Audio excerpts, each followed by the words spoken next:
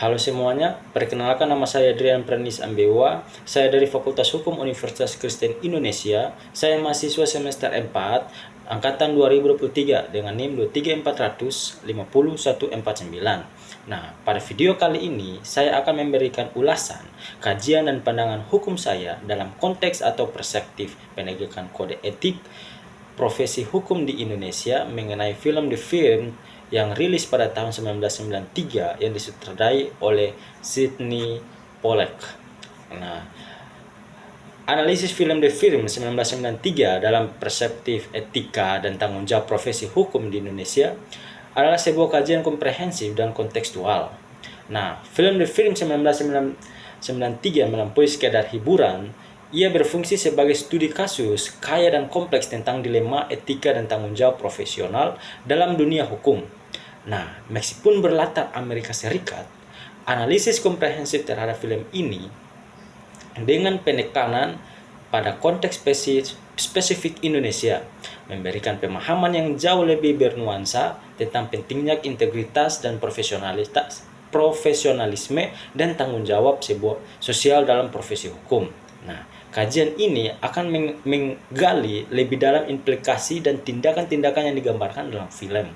Nah, menghubungkannya dengan kerangka hukum dan etika Indonesia, serta mempertimbangkan faktor-faktor sosial dan budaya yang relevan. Nah, analisis hukum dengan referensi spesifik, nuansa, dan konteks Indonesia, film ini menyajikan berbagai pelanggaran hukum yang memiliki relevansi langsung dengan praktik hukum di Indonesia yang dapat dianalisis dengan kedalaman dan konteks yang lebih kaya. Nah, kemudian kita masuk ke konteksnya, yaitu pertama, konflik kepentingan dalam pasal 3 ayat 1 dalam KEAI. Situasi MIKDIR bukan hanya tentang gaji tinggi, tetapi juga tentang godaan kekuasaan, status, dan jaringan koneksi yang ditawarkan oleh Bendini, Lambert, dan Locke. Di Indonesia, faktor-faktor ini bahkan lebih kompleks. Koneksi keluarga, patronase, dan jaringan politik dapat menciptakan tekanan yang signifikan bagi advokat untuk mengambil kasus yang berpotensi konflik kepentingan. Nah, analisis ini harus mempertimbangkan bagaimana budaya, kedekatan, dan hubungan dapat mempengaruhi pengambilan keputusan etis advokat dan bagaimana mekanisme pencegahan konflik kepentingan di Indonesia, seperti pengawasan organisasi advokat dan badan kehormatan, dapat ditingkatkan untuk mengatasi tantangan ini. Lebih lanjut, perlu dikaji bagaimana perbedaan antar hukum perdata dan hukum pidana di Indonesia mempengaruhi analisis konflik kepentingan. Nah, kemudian penggunaan informasi rahasia dalam pasal 15 KEAI, firma tersebut tidak hanya menggunakan informasi rahasia klien secara ilegal, tetapi juga terlibat dalam kegiatan intelijen dan pengawasan yang melanggar privasi. Di Indonesia, pelanggaran privasi dan pencurian data semakin menjadi masalah yang serius, terutama dengan perkembangannya teknologi digital. Analisis ini harus mempertimbangkan bagaimana Undang-Undang Informasi dan Transaksi Elektronik dan peraturan perlindungan data pribadi di Indonesia dapat diterangkan dalam konteks ini, dan bagaimana advokat melindungi kerahasiaan klien dalam era digital. Lebih lanjut, perlu dipertimbangkan bagaimana budaya informasi dan koneksi di Indonesia dapat memperburuk risiko pelanggaran kerahasiaan klien. Nah, kemudian pencucian uang. Dalam UU nomor 8 tahun 2010 tentang TPPU, metode pencucian uang yang digunakan dalam film seperti penggunaan perusahaan cangkang dan transaksi keuangan yang rumit juga umum digunakan di Indonesia. Analisis ini harus mempertimbangkan bagaimana PPATK dan lembaga penegak hukum lainnya untuk di Indonesia berjuang melawan pencucian uang, dan bagaimana peran advokat dan dalam pencegahan yang mendeteksi pencucian uang yang dapat ditingkatkan. Lebih lanjut, perlu dikaji bagaimana jaringan kejahatan transnasional dan praktik korupsi dapat memperumit upaya pemberantasan pencucian uang di Indonesia. Nah, obstruction of justice atau merintangi keadilan adalah upaya firma tersebut untuk menghalangi keadilan mencakup berbagai taktik, termasuk intimidasi, suap, dan manipulasi sistem peradilan. Di Indonesia, korupsi, dan kolusi dalam sistem peradilan masih menjadi masalah yang signifikan. Nah, analisis ini harus mempertimbangkan bagaimana hal ini dapat memengaruhi akses keadilan dan bagaimana upaya-upaya meningkatkan integritas dan transparansi sistem peradilan Indonesia dapat dilakukan. Nah, lebih lanjut perlu dikaji bagaimana peran media massa, masyarakat sipil dalam mengawasi dan mencegah tindakan menghalangi keadilan di Indonesia.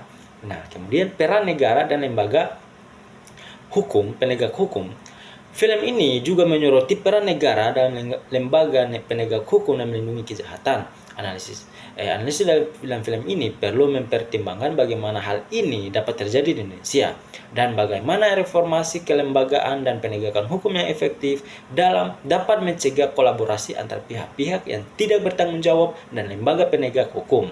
Nah, kemudian analisis dalam perspektif kode etik profesi hukum di Indonesia dan implikasinya yang lebih luas. Nah, adalah selain pelanggaran hukum yang seperti kita sebutkan tadi, film ini juga menyoroti pelanggaran terhadap prinsip-prinsip etika dalam KEAI dan implikasinya yang lebih luas. Nah, yang pertama, integritas dan profesionalisme. Kegagalan para pengacara dalam film ini untuk menjaga integritas dan profesionalisme mereka memiliki konsekuensi yang jauh melampaui kasus individu. Hal ini merusak kepercayaan publik terhadap profesi hukum dan melemahkan sistem hukum secara keseluruhan. Nah, analisis ini harus mempertimbangkan bagaimana hal ini dapat mempengaruhi akses keadilan dan partisipasi masyarakat dalam proses hukum di Indonesia. Nah, kemudian kewajiban melindungi klien atau dalam kata kutip dilema etis dan kompleks, yaitu dilema etis yang menghadapi McDear mencerminkan kompleksitas peran advokat dalam sistem hukum yang tidak sempurna.